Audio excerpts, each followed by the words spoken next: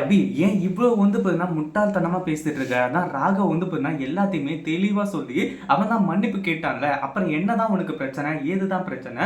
எல்லாமே ஸ்மூத்தா தானே போய்க்கிட்டு இருக்கு. அதுவும் ராகவ் வந்து பார்த்தீங்கன்னா செஞ்ச தப்பு எல்லாத்தையுமே சொல்லி உன்கிட்ட மன்னிப்பு கேட்டான். அப்புறம் என்ன வந்து பார்த்தீங்கன்னா உனக்கு வந்து பிரச்சனை? இப்ப ஏன் வந்து பார்த்தீங்கன்னா இவ்வளோ வந்து ஃபீல் பண்ணிட்டு இருக்க?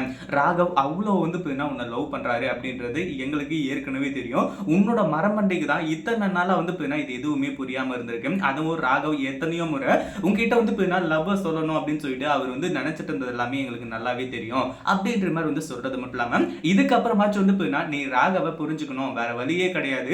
உனக்கானவர் வந்து அதாவது உனக்கானவர் அந்த கடவுள் அமைச்சிருக்காரு அப்படின்னா அது வேற யாரும் கிடையாது, உன்னோட ராகவ் மட்டும்தான் அப்படின்ற மாதிரி வந்து சொல்றாங்க.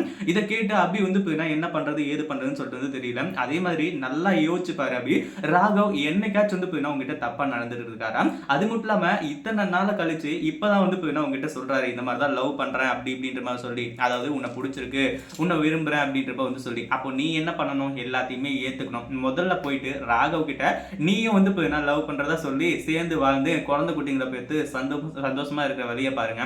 அப்பதான் அந்த முரளிகிருஷ்ணனுக்கு சரியான ஆப்பு வைக்க முடியும். அவனை வந்து யாரு என்ன ஏது அப்படின்றத அவனோட முகத்திலேயே கிழிச்சு எறிய முடியும். அதனால முதல்ல இந்த வேலையை செய்யுங்க, அது தானா நடக்கும் அப்படின்ற மாதிரி வந்து சொல்லிட்டாங்க. இதை பத்தி நீங்க என்ன நினைக்கிறீங்க? அந்த வீடியோ பிடிச்சிருந்தா லைக் பண்ணுங்க, ஷேர் பண்ணுங்க. இப்பதான் நம்ம சேனலுக்கு ஃபர்ஸ்ட் டைம் வரீங்க அப்படின்னா கீழே இருக்க சப்ஸ்கிரைப் பட்டனை பிரஸ் பண்ணிக்கோங்க.